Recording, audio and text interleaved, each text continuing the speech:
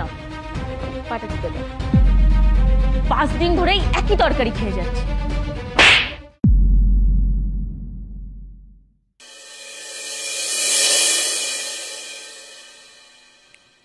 কি হলো, জলটা নিয়ে এসো।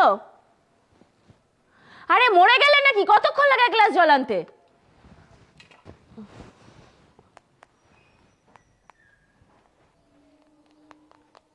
এই নাও জল। মাটি ঘুরে জল নিয়ে এলে নাকি?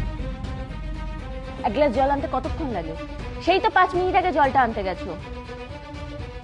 এই তুমি জানো না আমি কখন অফিস থেকে বাড়ি ফিরি? জলটা আগে থেকে রেডি করে রাখো না কেন?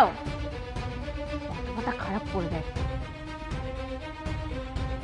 দাও জলটা দাও।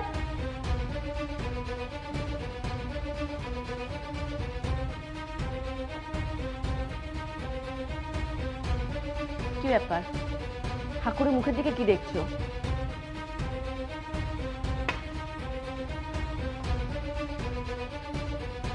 এ নাও পাটা টিপে দাও। কি হলো, দাও টিপে দাও। দিচ্ছি।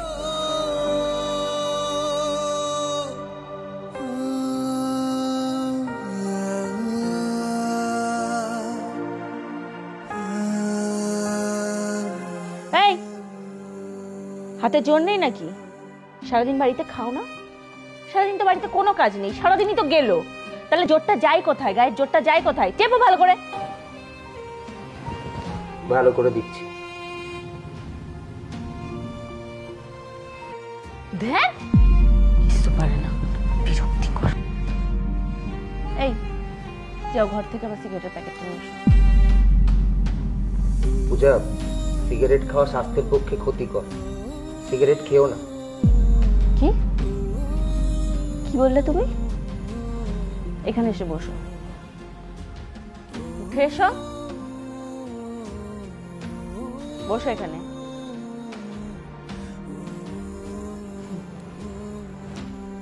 কি বললে? বললাম সিগারেট খাওয়া স্বাস্থ্যের পক্ষে ভালো নয়, তুমি সিগারেটটা খেও না।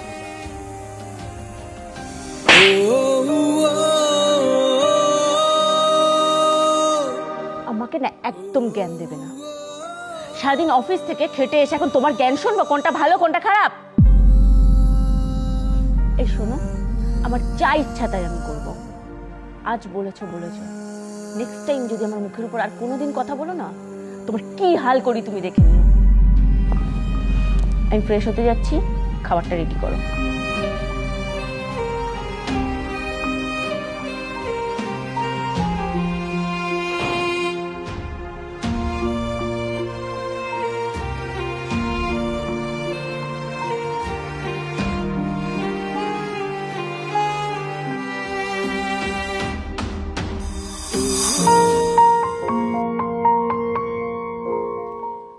পূজা, খাবার দিয়েছি, খেতে এসো।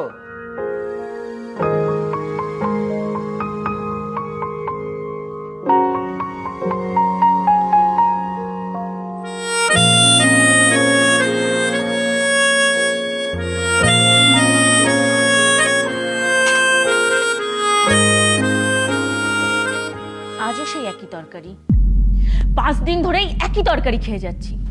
তোমার কাজটা কি সারাদিন বাড়িতে? হ্যাঁ, ফ্রিজ ভর্তি মাছ মাংস সবজি সব কেনা আছে, তাহলে কেন এই একই তরকারি দিন দিন খাওয়াচ্ছ? প্রতিদিন আমায় কেন খাওয়াচ্ছ? কিছু তো করো না সারাদিন বাড়িতে। তোমার কাজটা কি?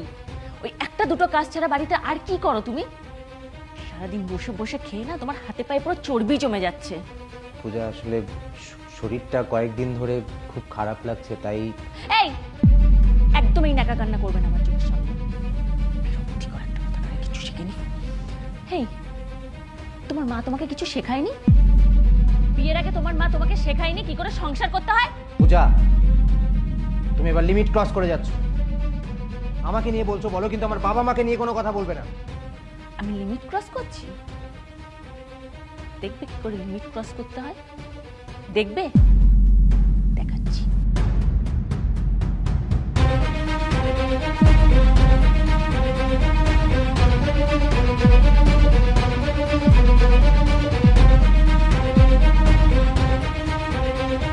এবার বুঝেছো তো কি করে লিমিট ক্রস করতে হয়? খাবার মুখটাই নষ্ট করে দিলাম।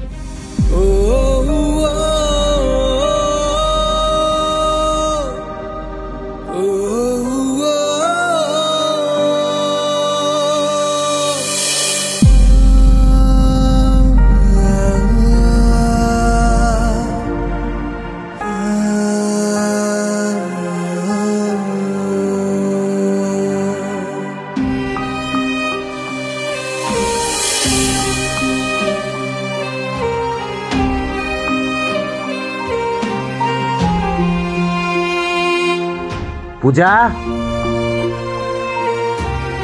এই পূজা,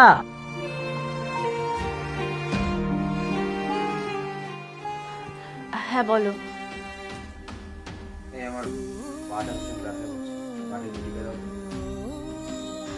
হ্যাঁ দিচ্ছি।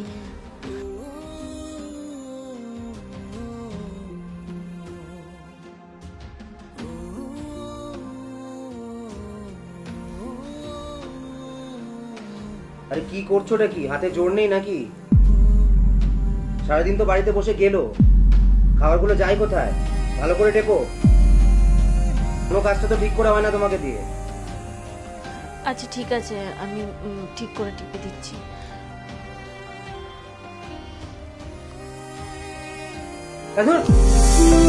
কোনো কাজটা ঠিক করে করতে পারে না। যাও আমার জন্য সিগারেট নিয়ে এসো, মাথাটা ভীষণ ধরেছে। যাও। স্বর্ণ, এত সিগারেট খেও না, সিগারেট খাওয়া স্বাস্থ্যের পক্ষে ভালো না। কি কি বললে? আরেকবার বলো। বললাম সিগারেট খাওয়া স্বাস্থ্যের পক্ষে ভালো না। তাই না?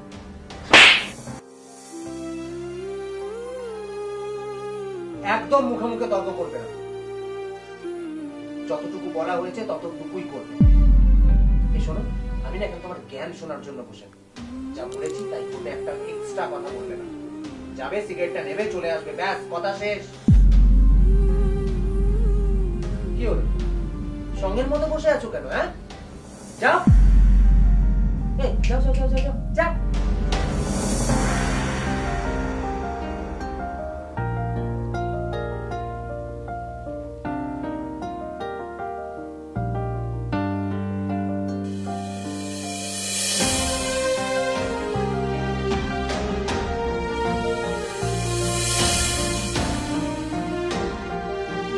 এটা কি রান্না করেছো? প্রতিদিন আমি এই এক ভাত তরকারি খাবো?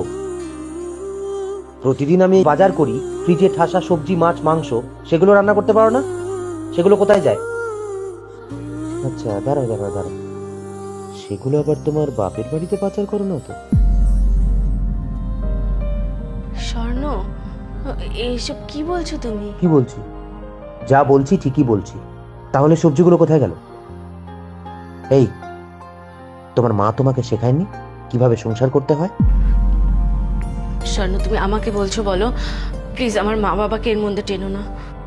আচ্ছা, কি করবে তুমি যদি টানি? হ্যাঁ, কি করবে? মুখে মুখে তর্ক করা? তারাও তোমার মজা দেখাচ্ছি।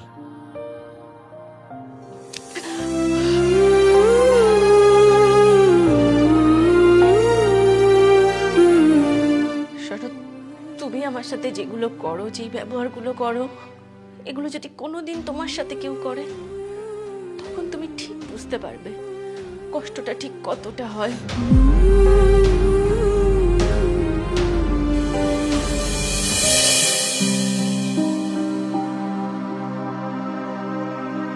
তোমার চা।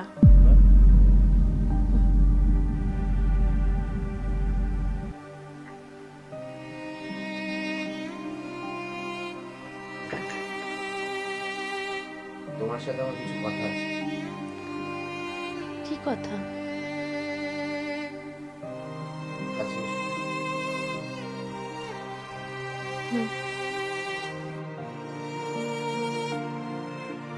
পূজা, আই এম রিয়েলি সরি।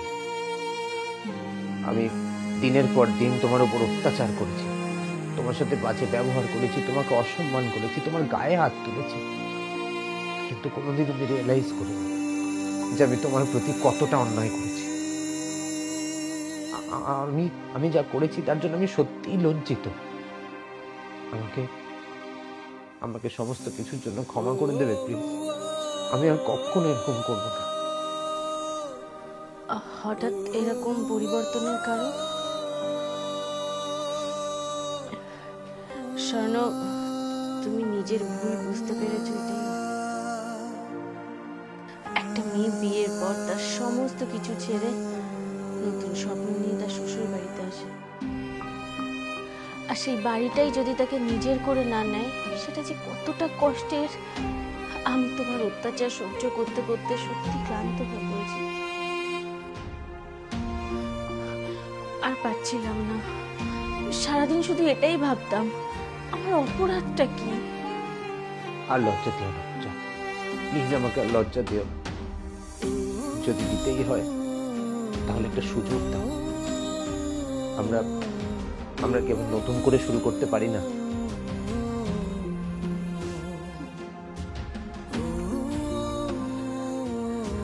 তোমাকে একবার জড়িয়ে ধরো।